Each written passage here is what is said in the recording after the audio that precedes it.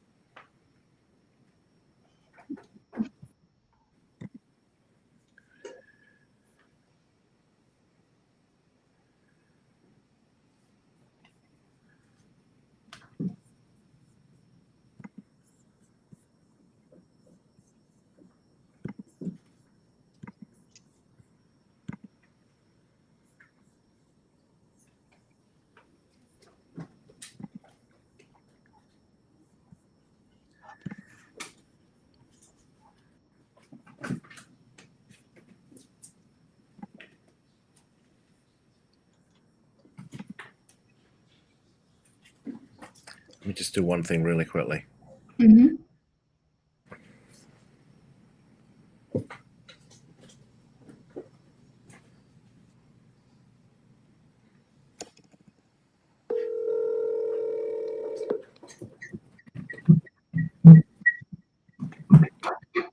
Hey, Brian, a quick question. I'm on Restream. I don't see it on LinkedIn though. Is that?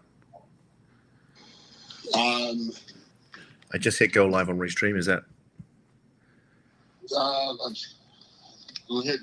Just FaceTime real quick so you can show me what you're looking at. Okay. Just click the FaceTime button on your phone. Oh, there we go. Okay. Oh, there we go. All right, here, point at your screen. Take a look. That's what I'm seeing on LinkedIn, but on Restream, it looks like it's working. There's Restream. Oh yeah, it'll work. It's going to start in a few minutes. That's always like a few minutes behind. Okay, perfect. Okay. Yeah, you're good. I'll jump on there and watch too. Thank you, brother. You got it. All right, man. Bye. Bye. That's Brian. He's my tech guru. So we're live. So I am super excited for today's show. I have an old friend with me, Tanya Oliver. So Tanya and I met about 5 or 6 years ago when I was part of the South Palm Beach County Health. Oh, there we are. Part of the South Palm Beach County Bar Association Health and Wellness Committee, and we did this like group thing. And there was Tanya, and she talked about what she does. And since then, I have been following her. And I use the word following as opposed to stalking, but following her because her content is everywhere. So it's kind of hard to ignore her and watch her really evolve into this, not just amazing entrepreneur, but she is a coach for high achievers. She has this amazing spirit about her, amazing energy about her. She's just evolved as a person. And I really wanted to have her on the show because if you're somebody who has really struggled, not just with life, but with, substance use disorders, mental health issues, and like me, for a long period of time, you just couldn't get out of your own way and couldn't get your personal life together. You couldn't get your professional life together.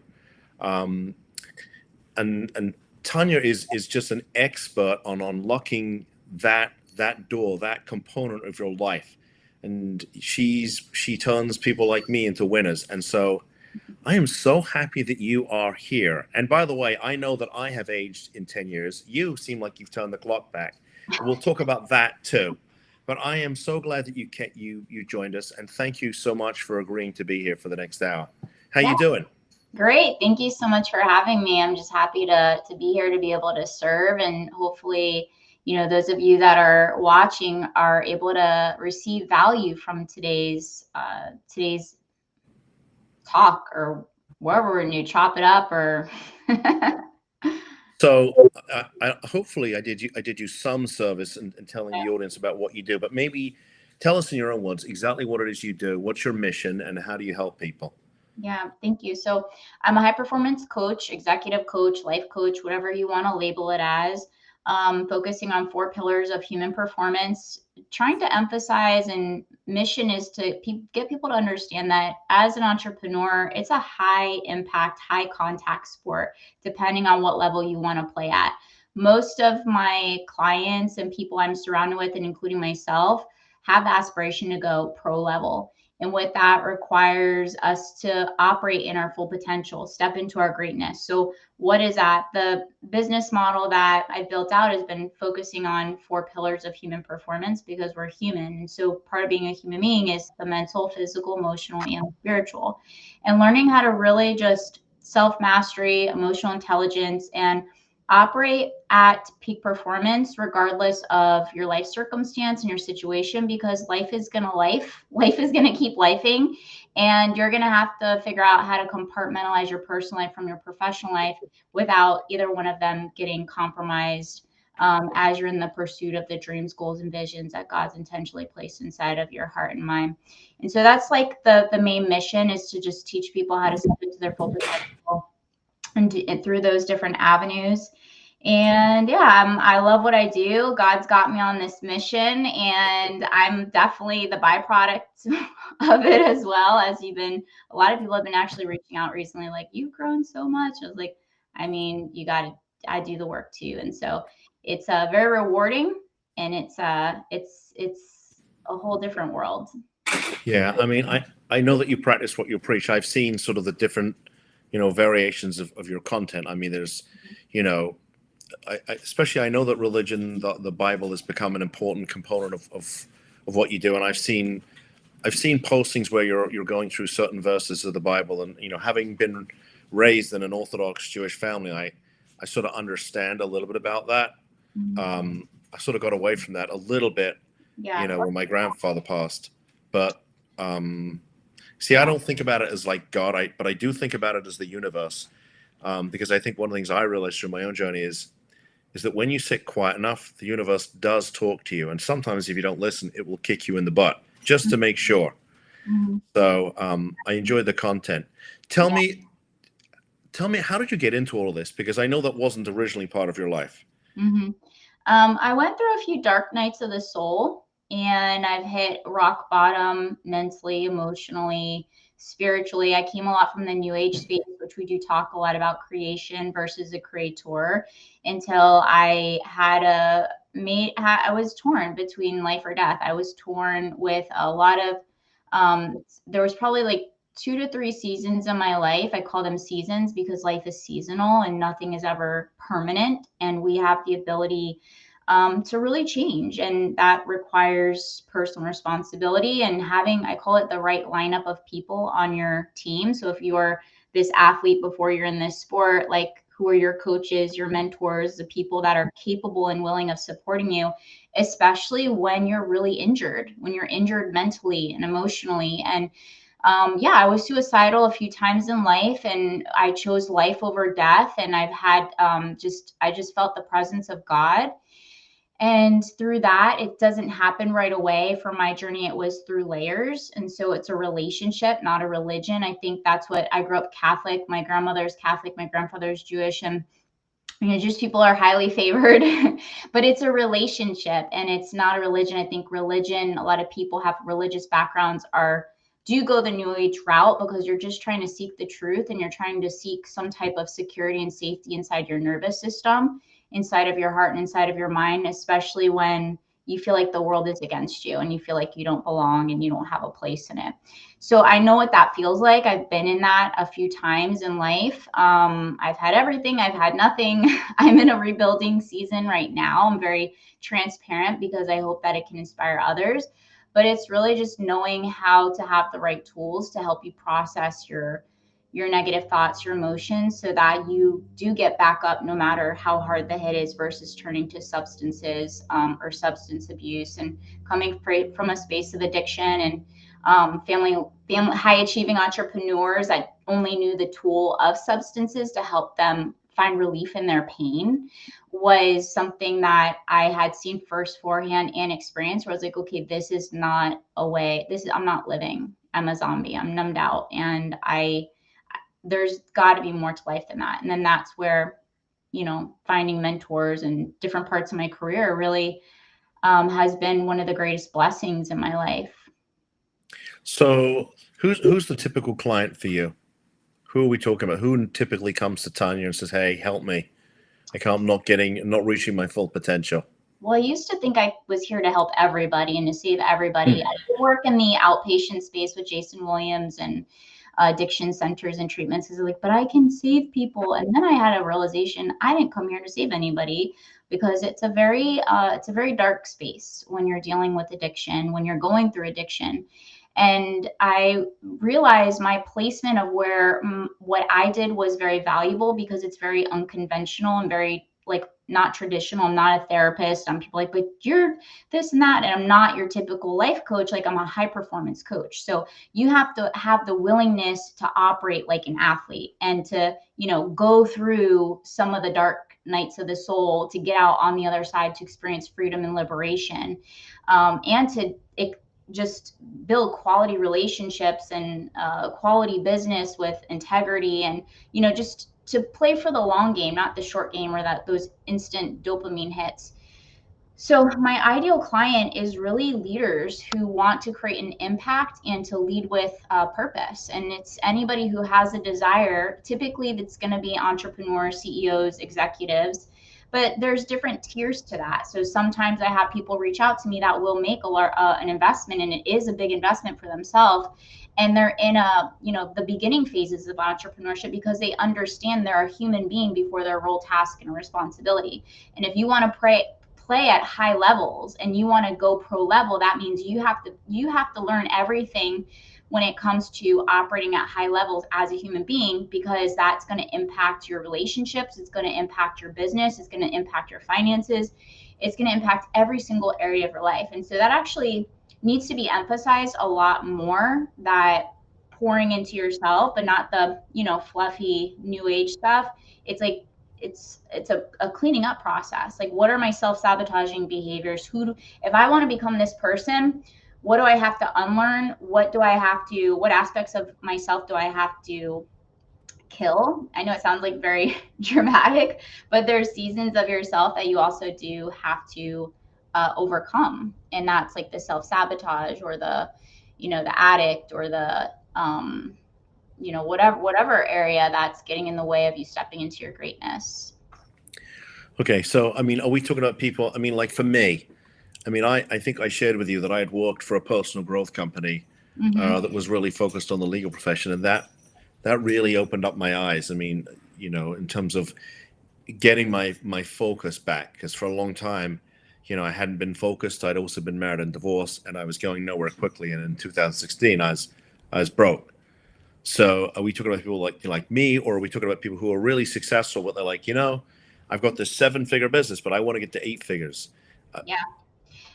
Anybody that has the aspiration to be an impactful leader. You are somebody that I can see has a desire, and I can already tell, like, you've been through some hard things in life, and you're still here and you're still going. And so typically my clients have athletic backgrounds, because that's practically the verbiage that I speak. I'm kind of like, I look at myself as like the coach of people that want to go pro, or that are pro, except instead of it being football, or I played 9 years of competitive ice hockey or soccer, it's called the sport of entrepreneurship. So if you're a human being and you want to create an impact in the world, and you want to do it on purpose, with purpose, for purpose, then yeah, you are somebody that would be in my ideal client avatar.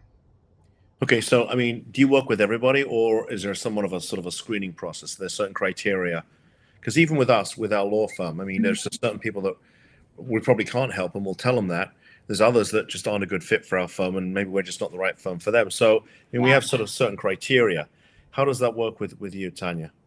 Typically, I'll get a feel for it. I'll do a consultation, and I'll see. You have to be somebody that is wanting and willing to take personal responsibility, because when it comes to the inner work and changing your life, like really changing your life and who you attract and what you attract, and the type of decisions you make, it requires ownership. So if you're not willing to take ownership, I'm not for you. If you're looking for somebody to baby and like fluff things up, I'm not for you. I'm nice. I'm kind. I'm not nice. So I hold space for my clients, but at the same time, I'm a truth seeker and a truth spreader. So I literally just I sent a voice memo to a client. I told him some of the things that needed to get tightened up. And he's like, man, I love you and I hate you at the same time. I was like, you love me, but you hate the truth that I'm telling you, because that means that once you know, you can't go back. And the information that you learn with me, it's impossible to close your eyes to. But that's the difference between pain and suffering. Pain, it hurts. Suffering is you continue to turn your cheek the other way or pretend that it doesn't exist and it's going to go away on its own. And you're delaying the process of you just getting on the other side, because this is something you can't delegate, you can't hand over to somebody else, and you can't purchase it. I mean, you can purchase coaching, but you have to do the work. You have to show up every single day. So there has to be some form of like grit, relentlessness, and an inner desire to really want to change your life. Okay, so you mentioned the word "do the work." Okay, what does that mean? You know, what does doing the work look like for you? Doing the work. So the first thing we do is I focus on a vision. A lot of people are operating from outdated visions that have become habits. So first thing we got to get here, like I said, impact and purpose. When you're doing something intentionally and on purpose, yes, strategy comes into placement. Strategy is very important with the execution process, but we have to make sure that the vision is still in alignment with where you're going and what you're building. Sometimes people have built, for example, have a lot of externally successful things, but feel caged to what they've built. And it's an outdated identity. So a lot of the work really that I do is identity shifts. So if you want to shift your identity, that means what you're doing, the habits, thoughts, actions, and behaviors also need to be on the same point with that. There's a word called cognitive dissonance that is a lot of people are starting to go mainstream with. Cognitive dissonance is just like, here's where you are, here's where you want to be, because I don't think life is over the bridge. It's more like steps and layers and seasons. It's like a staircase, because there's never really a there. So it's like cognitive dissonance is like, you say you want to be this person, Mark, but your habits and your actions and your reactions are not in alignment. So these are the things that we got to like work on, and then we're going to accept the space you're in, because acceptance is a huge part of progress. And we're going to work with just one layer up, one level up, because we're not going to focus up here, because this is where people start procrastinating and they get overwhelmed, and then they don't think they're capable, which is like these big quantum jumps. And then the cognitive consonance is like when your thoughts, actions, habits are in alignment with who you want to be. And then we just allow time to catch up, because that's just how life works. So hopefully that made sense, because it's really kind of like an under the hood type of thing that's different for each person, just based on where they're at, what's important to them, and what is impacting them becoming the type of person that they truly want to be. So we focus with vision first, and then we get into the habits to see like we got to align the habits with the vision, and then we get into overcoming a lot of the obstacles that get in the way. Yeah. So before we came on, we sort of you mentioned the word to me, the gap, right? And I think I said to you, for as much as I think I've grown, sometimes the pull of what I refer to as the dark side, right, which is the thing that probably got me in a lot of trouble at a much earlier age, right, was those shiny material things, or it was, I think the word you used was lust, right? The word, the lust, that male weakness. I'll use that word. Female the too. Dark side. Female and male. It's not a gender. It's there's something called shadow work. Shadow work is something that we focus in on. That word is also becoming more mainstream in the Christian community. We also call it deliverance work. Deliverance work is working with like the Jezebel spirit, the luster, the manipulator, the controller, and sometimes just depending on our soul wounds, because you and I were also talking, if you have tormentation in your mind and you're operating in duality, you're living two lives. I lived two lives at one point too. I was, working with clients in the daytime, and then I was having business meetings at the strip club at night. So it's like I was living these dual lives. I say I'm this type of person, but my actions and my behaviors of how I'm dressing, where I'm, the environments I'm putting myself in with around the type of people, it's like two separate lives. And that's the thing about duality. And until you start doing things like the shadow work, inner child healing, heart wound healing, and deliverance work, those things will constantly consume you. Even if you do work on your habits, the goal is to create freedom and liberation in the mind and in the heart. That's why a lot of people that are still going to treatment centers or outpatient places, they consistently have habit relapses. And then another thing is that they're still attached to an identity that they no longer are, and that's the identity shift. I just threw a lot of deep stuff. So. Well, there is, and we don't have, we only have a little bit of time to talk about it, but I want to talk about some of it, because you talked about shadow work and things of that nature and deliverance. So help us understand what that is, because that's a whole like mindset shift. And yeah, so shadow work is identifying the characteristics that are not who you want to be. They might sabotage. They're the saboteurs. So you almost like you don't even know, because they're the shadows. So it's almost like having blinders up. You can't see them. It's not consciously aware most of the time for people of how they manipulate, or how they're addicted to lust, or how they're like how they have no boundaries, or they're passive aggressive. So it's not always about like the attacker or the addict. It's also about the person that's a pushover and a doormat, and typically those two attract each other.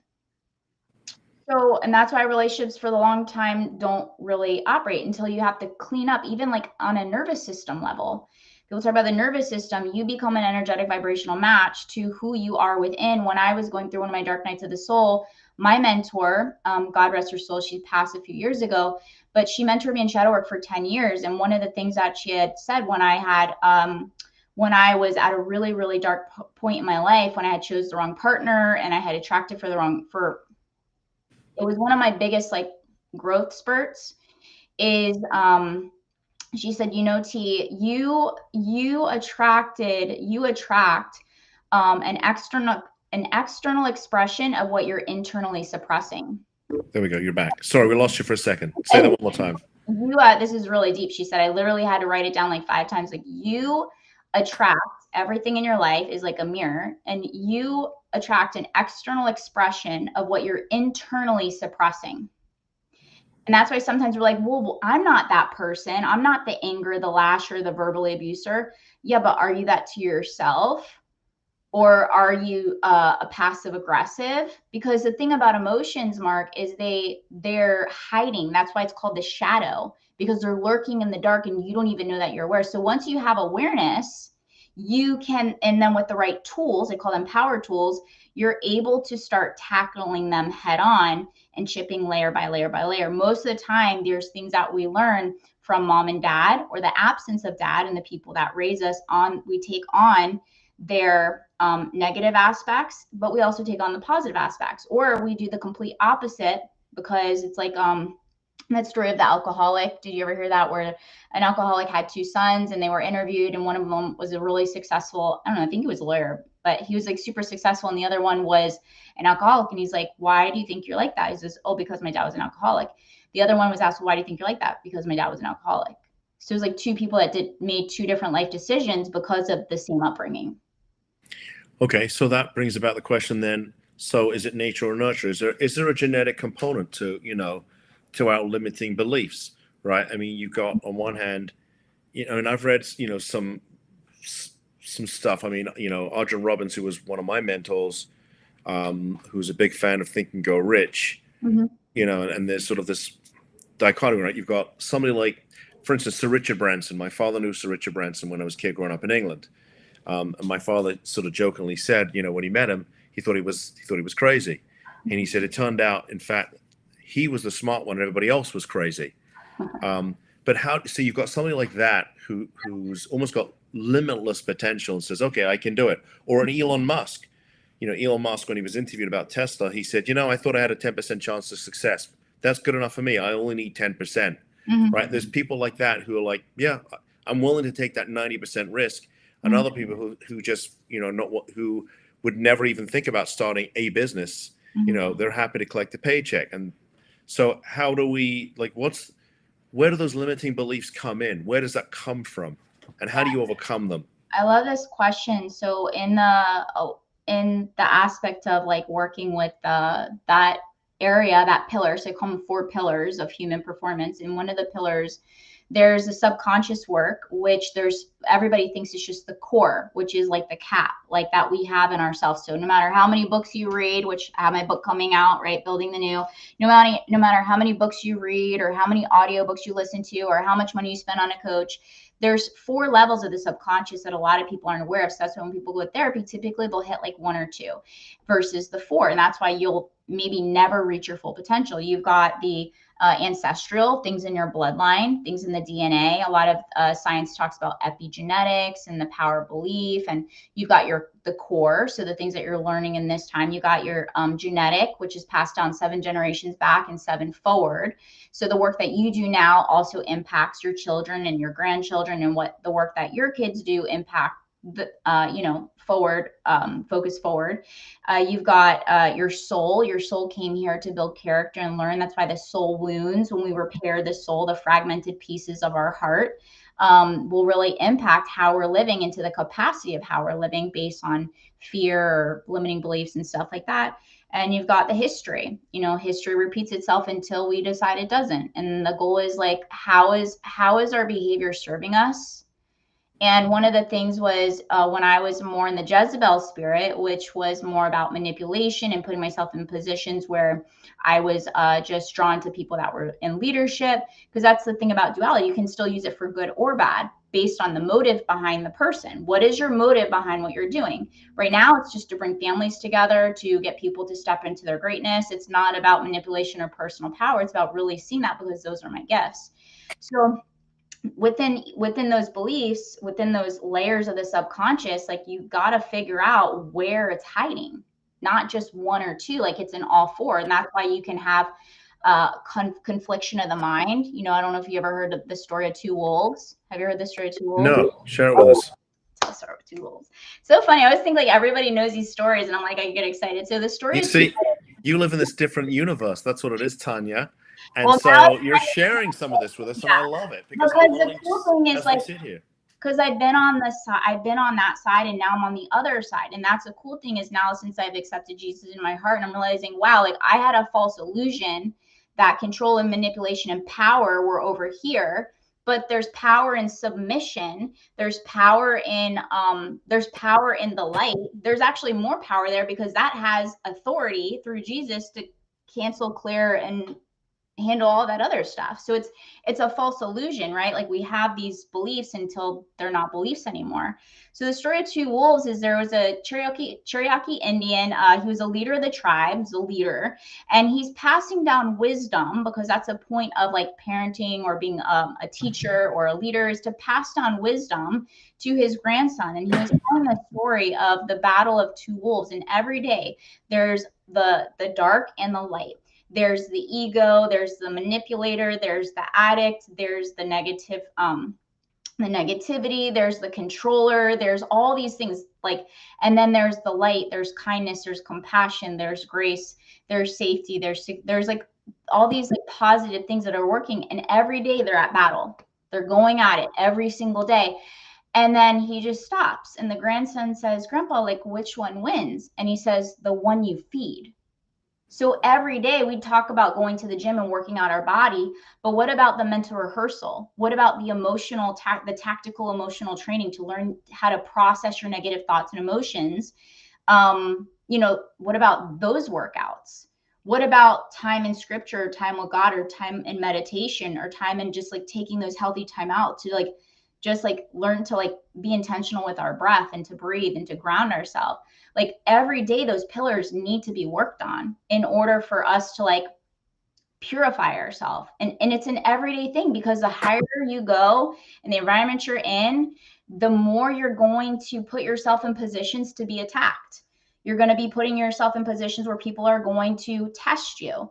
And so you have to be so solid and so rooted that nothing breaks you ever. Okay. So, I mean, I think one of the things that I've admired about you for a while is that you talk the talk, but you walk the walk too, right? I mean, you practice what you preach. And I really, that's one of the things I've watched you sort of grow as a Yeah. as a coach, and I bet you there's a lot of other people like me who've watched what you've been doing and are like, wow, that's, it's inspirational. It's a compound effect. The thing is like, talking about, you and I were talking about Alex and Layla Hermosi before, where Alex says, everybody might clap for you in the beginning and they might clap for you at the end, but what's going on in the gap, the in between space as you're taking the steps? There's a lot of nights crying, lots of nights questioning things, lots of nights like doing things like you don't want to do, like going through the pain to eliminate the suffering because you're doing the work, but there's something that starts to shift inside of you. There's something that shifts in your mind. You feel stronger. Your spine is stronger. That people say you don't have a backbone. You start to have a backbone again. You start to become ruthless. Like no matter what comes at you, like you got this. And it's not that I did this in my stories the other day where there was this boxer that won, and he was like, it's not that these obstacles are removed. It's that your legs get stronger, your arms get stronger, you have more endurance, you have a higher capacity because you're playing at a pro level. If you want to play at Pee Wee, that's on you. It's not to be judged or measured up or compared. And that's another part of the shadow is like constantly measuring up, constantly judging.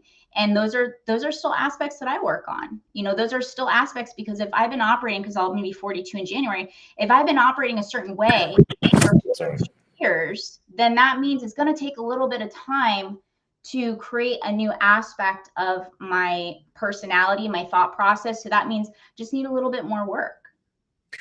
So, I mean, I sort of view you as not just a coach, but as an entrepreneur too, right? Because you're growing your business by helping people. Sorry, one of my cats is deciding to show up. Hold tight there. Yeah, we talked about this. We rescued 5. My wife and I rescued 5 kittens, and now we have 2 of them. So, it's interesting. My father was an entrepreneur. He left school at 14.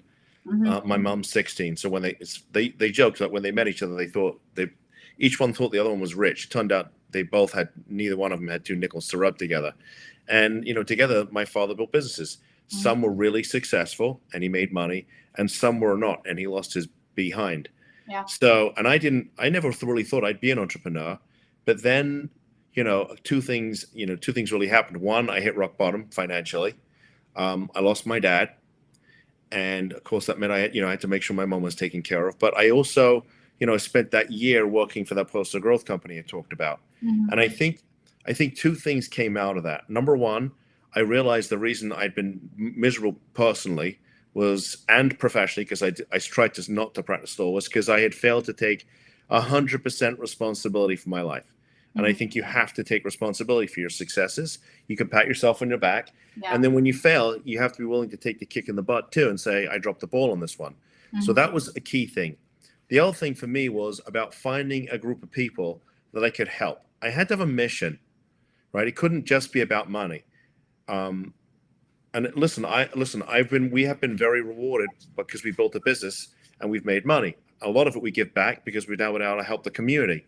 But I think that those 2 things for me will really shape my life. And I'm still a work in progress. I mean, I have my moments, don't get me wrong. Yeah, we all are.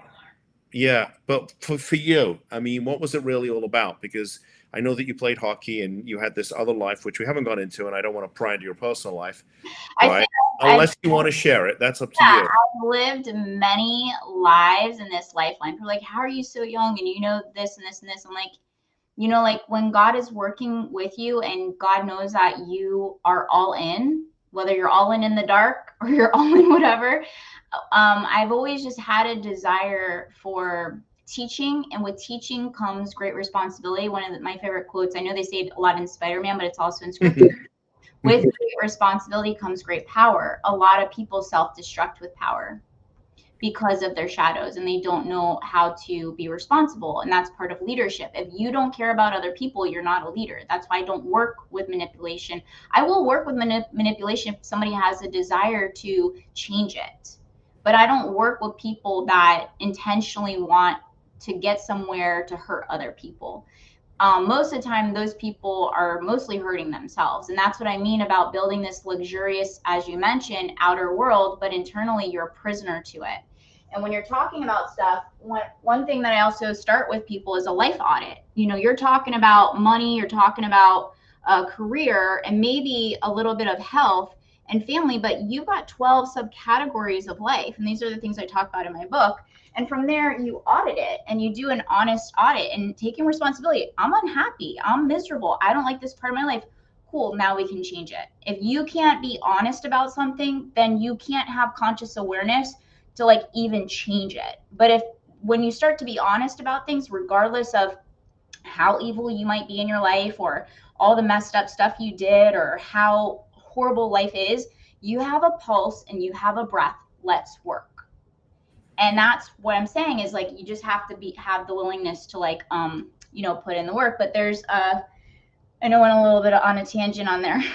What was your? No, it's just fascinating stuff. There's just so much stuff. There's so much stuff to talk about when it comes to human behavior and the human being and getting people to operate like with a fulfilled life, because that's a core value. And establishing core values and standards is establishing, okay, I want to live a fulfilled life. That's a core value. Let's audit, and a lot of the verbiage too is very business. I am an entrepreneur. I am a business owner. This is a business to run this stuff. This is a business to go out and do public speaking, write a book, go on social media, like, make money out of it, like turn your passion projects into, it is a transactional, it is a business, it is an entrepreneur. So yeah, I'm right there with you guys. I'm just at a different level, like we're all at different levels in different seasons, and some levels they get wiped out. In order, I kind of look at it as like a building. And if a building is no longer like God's will for your life, the building, what we don't realize is we think we're in control, and that's why we do things out of fear to control. But if you're submitted to the wrong God, if you're submitted to the wrong form of control, your life at some point will get demolished. And maybe one category, maybe two categories, and maybe all categories. And that's where we can build. And that was really the inspiration of the book title, which is Building the New. Building the New, a year of living life on purpose. But yeah, I mean, it's just, there's just so many components, and I know it might sound like super overwhelming as I'm talking for those of you listening, but it's really simple, and it's like step by step, and it becomes a compound effect, like 1 + 1 + 1 + 1 + 1.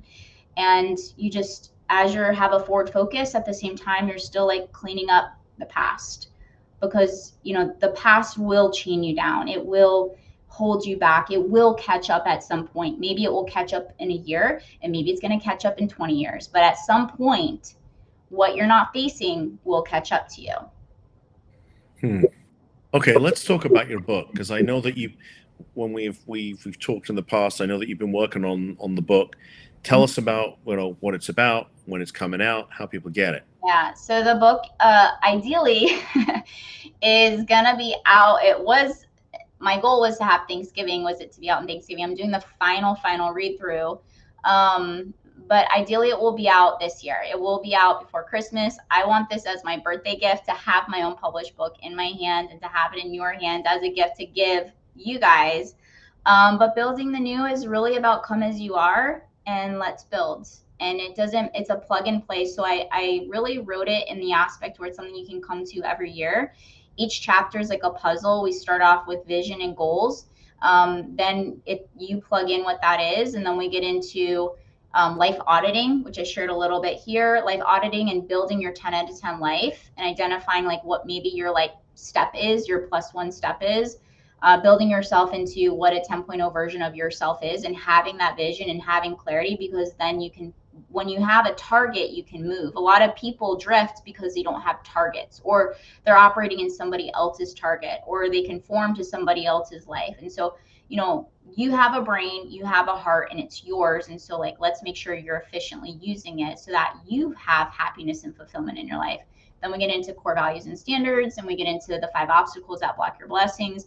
And then the final play is just like game time, put it all together, execution. So, and like accountability calendars and stuff like that.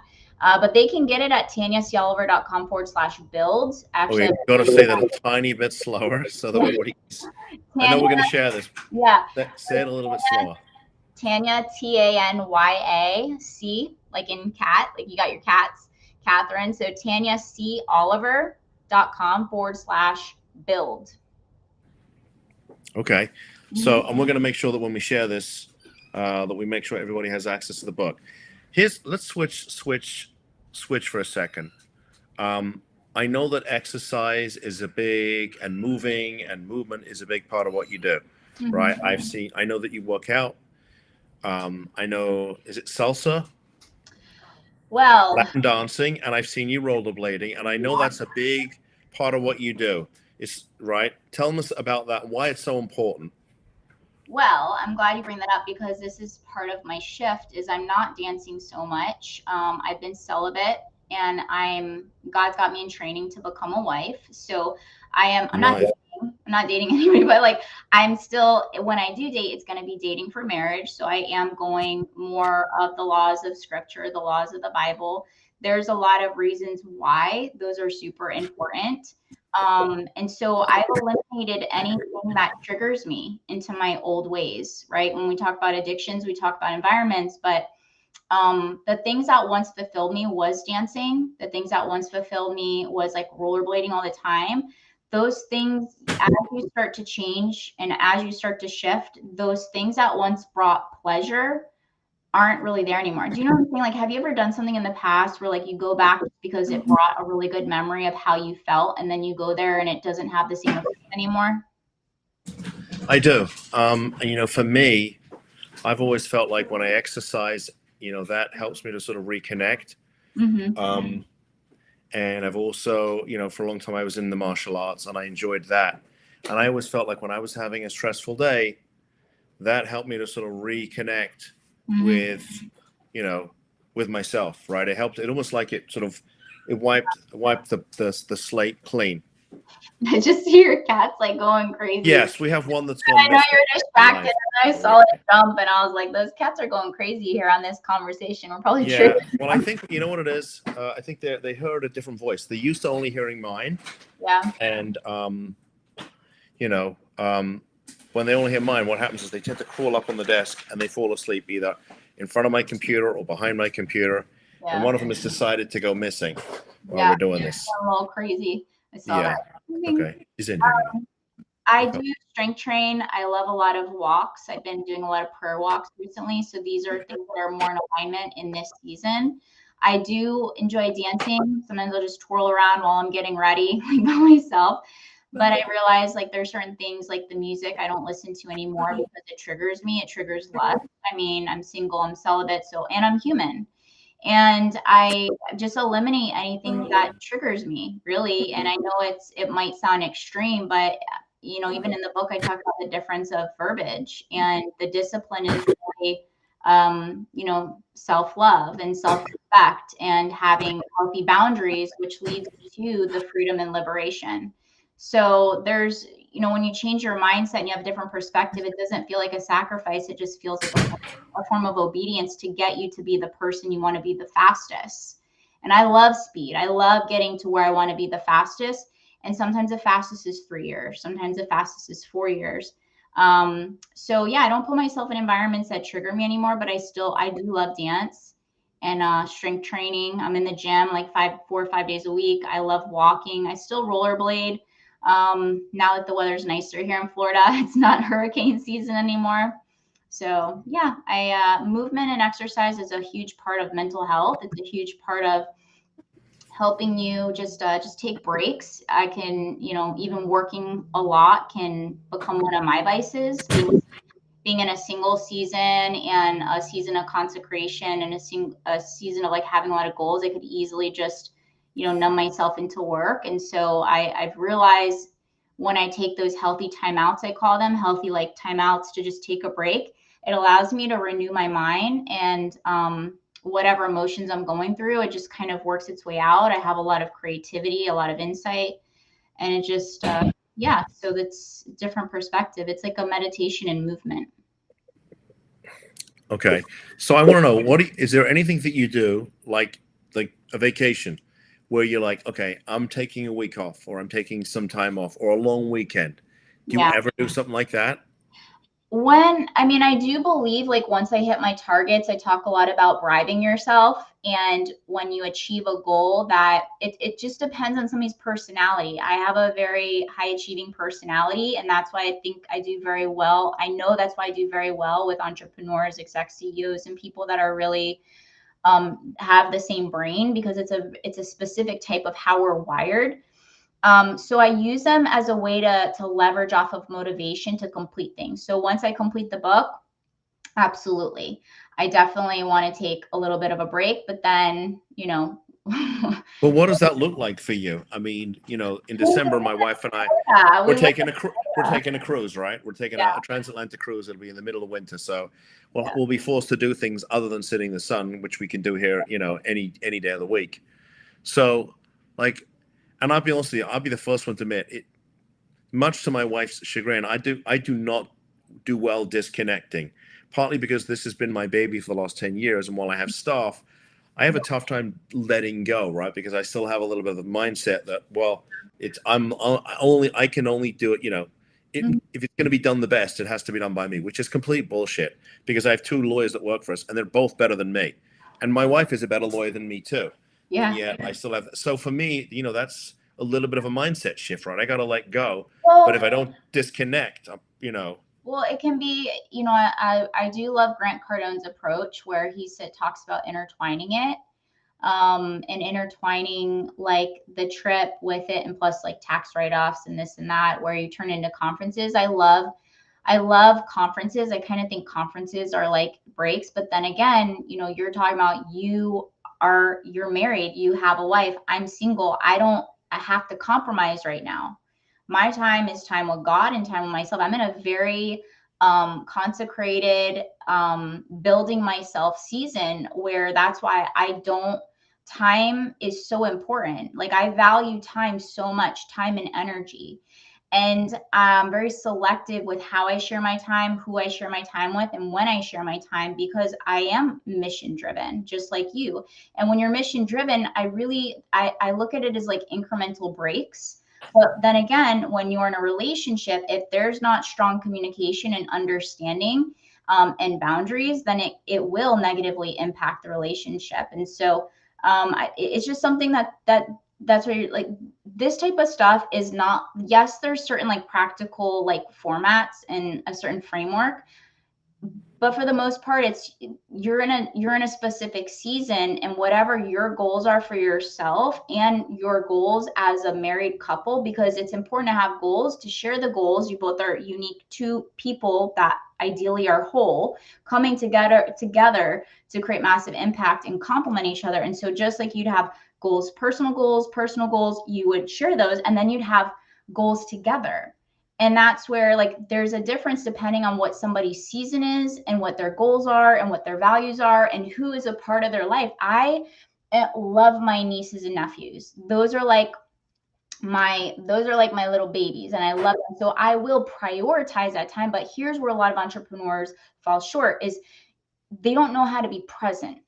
So if I'm with the babies, I'm with the babies. They have Auntie Tanya.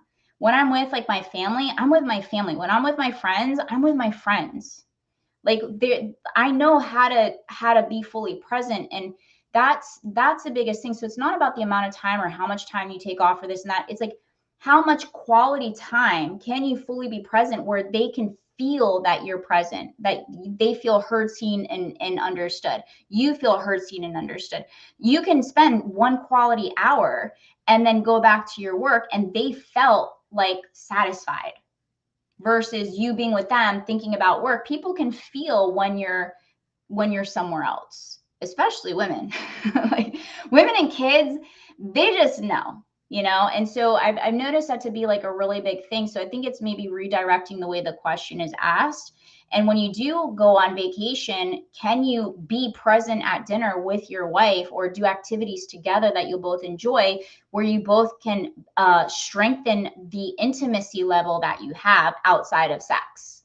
Because sex doesn't always necessarily mean intimacy. It means like, okay, understanding each other's wants, needs, and being able to fulfill those, and to be able to like be fully present in the moment with them. And then know how to, like, when you're at work, and when you're with your family, you're with your family. When you're with your friends, you're with your friends. Like, you're present. It's a superpower. Yeah, and I have to tell you that for me has been difficult. You know, I was lost for so long that, now, and look, there was a time when, especially the first year or two, where the phone didn't ring and I couldn't pay my rent, and Yeah. I went through all of that shit. And now the phone rings and rings and rings, and I'm like, it's hard for me to ignore it, but yet I have staff that answer the phone. I have receptionists, I have paralegals, I have 2 associates. And for me, when I see that phone ring, it triggers me sometimes. It triggers me, right? Because I remember a time when I couldn't pay the rent, and I'm like, well, there's the rent, right? And there's somebody else I can help, and I have to let that go. So I'm with you. Talking about it's tough. the shift, right? Like, that's an outdated identity that is a past memory that triggered pain and then fear. So that needs to be cleared. And identifying, like, how is it still serving you, because it still lives within you. And that's where we're talking about the 4 levels of the subconscious.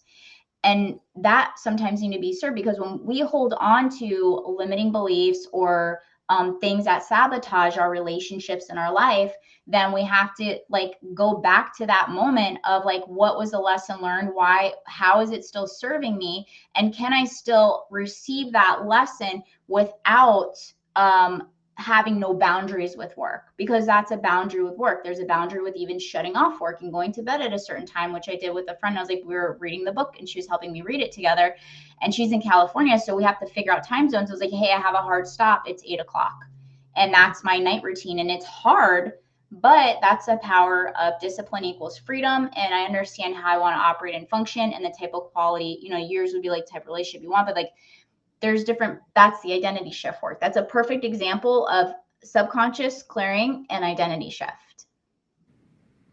Yeah. Well, like I said, I'm a work in progress. But, in terms of goals, especially with a partner, right? I think what do they say? Opposites attract.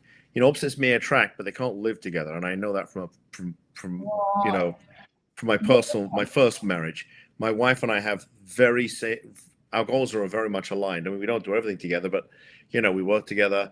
We're together. The weekends come along. Truthfully, we're just happy to spend time together alone, because she's my best friend. It's easy to spend time with her, right? And if we're going to take a break, we're taking the break together. Yeah. I know for a lot of couples it doesn't work, but for me, it really does work. I mean, she's the person I enjoy spending the most company with, even when the cats go missing. Yeah. So I think I want to touch on this because it's so important. Number one, we say things out of programming. Like, I went to say the other day, I was like, oh, I'm going to sleep like a baby. I was like, wait a second, babies don't sleep. Why do we say that word? Just like opposites attract. There's a difference between chemistry and compatibility. So you might be attracted to somebody because of an unhealed relationship with mom and dad. And that's a correlation of of how you experience love, even though it was unhealthy love and it was destructive love, but that was your experience of your creators, which was mom and dad, versus the creator, God's understanding, definition, perspective of love, of God's definition of love. If you've never experienced God's definition of love, how would you ever know what to do? And that's called feeling work. Feeling work is reprogramming the nervous system so it becomes healthy, flexible, and regulated. And so you're no longer attracting dysfunction through chemistry, because chemistry is off, right? Brain chemistry, heart chemistry, everything like that. And then you start to attract compatibility with the person that you want to be. That's why the single seasons are so important. It's like cooking, or like time out. What does that mean? What does that mean, single season? Like, instead of jumping from relationship to relationship, because the thing is like or jumping from business to business, or, and you're still complaining about the same thing. That means, like, I'm the problem, but if I'm the problem, I'm also the solution. And it means, like, taking a space, the gap, to clear things. to work on yourself so that you're not attracting the same pattern, person, place with a different name, location, but at the same time, it's the same pattern. So that's what I mean about like that season. So single could be more the relationship aspect, because who you choose as your partner is one of the most important decisions you're ever going to make in your life. So true. It's one of them. It will build you or it will break you. And I've chosen a really bad one, actually during COVID. I did a really bad one during COVID, and it could have broke me. But thank God for the people I had on my lineup, the information that I know, because if I didn't know what I know, and I was teaching, even during that time, that's when I really had to turn into the athlete, where I was on like coaching calls. I was going to speak, and I had a speaking event in Mexico for a week. And yeah, I found out it's in the book, so suspense. I'll give you guys suspense in there. But I had to compartmentalize my personal life from my professional life, because I was training multi-millionaires, and I'm on the call, and these guys are paying me a lot of money, and here I am, went through like so much trauma, and have to show up like full on focus of let's strategize, like pull clear, and like let it be about that. And so yeah, like having those seasons to like still handle business without pouring your stuff into what you do, because that's another thing too. It's the same thing, you know, when you're working and you're pouring your work stuff and your nasty attitude and your stress into a relationship, you're you know, like even though you're with them, it's like you build up resentment, like, oh, I don't want to be here. And it's like the moment that is taken from you, you like grieve. I'm like, I wish I had my family. I wish I had that. Maybe they didn't die, but it's like because of your emotional unavailability, it broke away the level of intimacy, right? So you talk about attraction. So why do you think you attracted that individual into your life? When I talked about earlier, is like we become vibrational matches to what we're internally suppressing. I was not operating from, that was one of my greatest teachers in life. It was one of my greatest teachers in life to like wake up. And I think sometimes we have to be willing to die in order to actually live. That was just my story. I was like, if I'm willing to die, then what if I choose to live and like do it on purpose and really, really clean up what I need to clean up?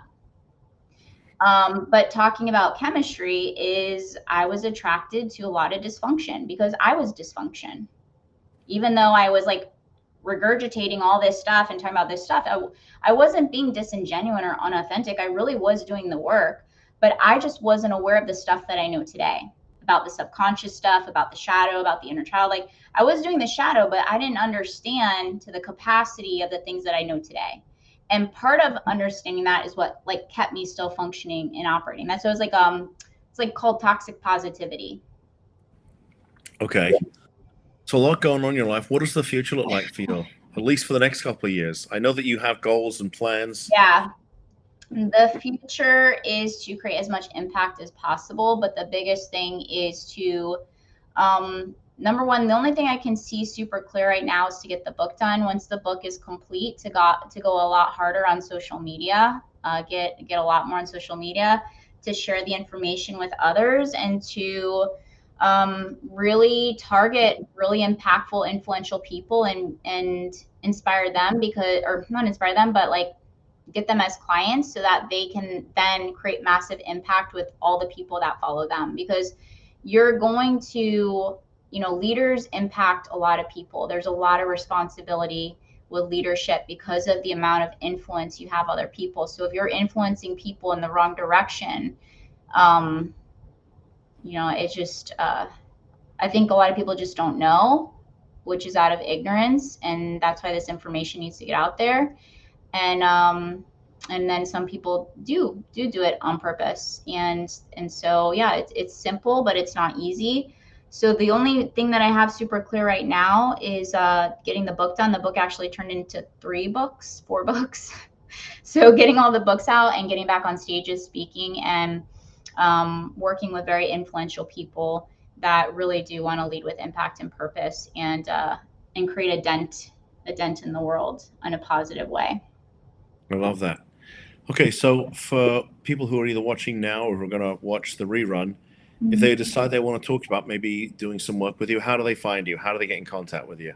I'm pretty active on Instagram. I use like my Instagram, like my text messages. So you can find me at Tanya C. Oliver, Tanya C. Oliver. Email Tanya at TanyaCOliver.com. And then I have the free gift, which is just like a playbook for you guys you'll know when the book is released, but if you go to TanyaCOliver.com/build, you can get a PDF on 10 steps to like build mental strength and step into your personal power. And then, you guys will have my email in there as well. And it's a free gift for you guys. And I bet if they just Google Tanya C. Oliver, they'll probably find you.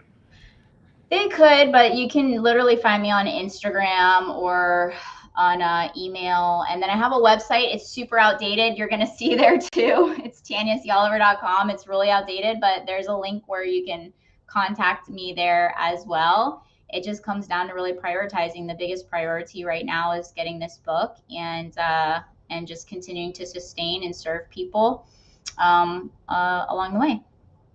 I'm so glad that you came here, and I appreciate you joining us. And for the folks that are watching this, if you're interested to hear about what we do, which is to save families whose loved ones are suffering from substance use, mental health disorders, and failed attempts at recovery, you can find us online at mentalhealthaddictionlawfirm.com, or just Google me, Mark G. Astor. I don't know if I'm quite as active as you, and my content is somewhat more boring than yours, but I'm out there. Boring, as long as it's sustainable growth, and you got to get used to the boring. That's the opposite of addiction, right? It's constant stimulation, constant dopamine hits. And I also learned, being an entrepreneur, sometimes you have to get comfortable being uncomfortable too. Oh, you always have to be comfortable being uncomfortable. That's literally like, I think if there was laws of entrepreneurship, that would be one of the heads up. Yeah, hey, for sure. So Tanya, stick around. And for those folks that are watching or watching the rerun, we appreciate you tuning in. We'll have another guest next month. And with that said, have a good rest of the day. Take care. Bye-bye. Bye. All right, we're done. That was good. Thank you so much. You're welcome. And, yeah, I know it might be a little bit all over, but yeah. It was great. It was great. Thank you for doing this, Tanya. You're welcome. Yeah, if you need support with anything too, let me know, because I can tell you're curious about it, and it is different. And typically when people reach out to me, it's because there's some type of willingness to change. And a lot of what I do is it's very unconventional, but typically most people have already done all the conventional things anyway. Okay, we'll have to keep in touch, but I'm going to keep following you. Okay. And good luck with the book. You Thank certainly, you. I know you're helping a lot of people. I love the stuff that you put out there. And it's inspirational. I mean, I think one of the reasons I wanted you on was because I'd seen how you've evolved.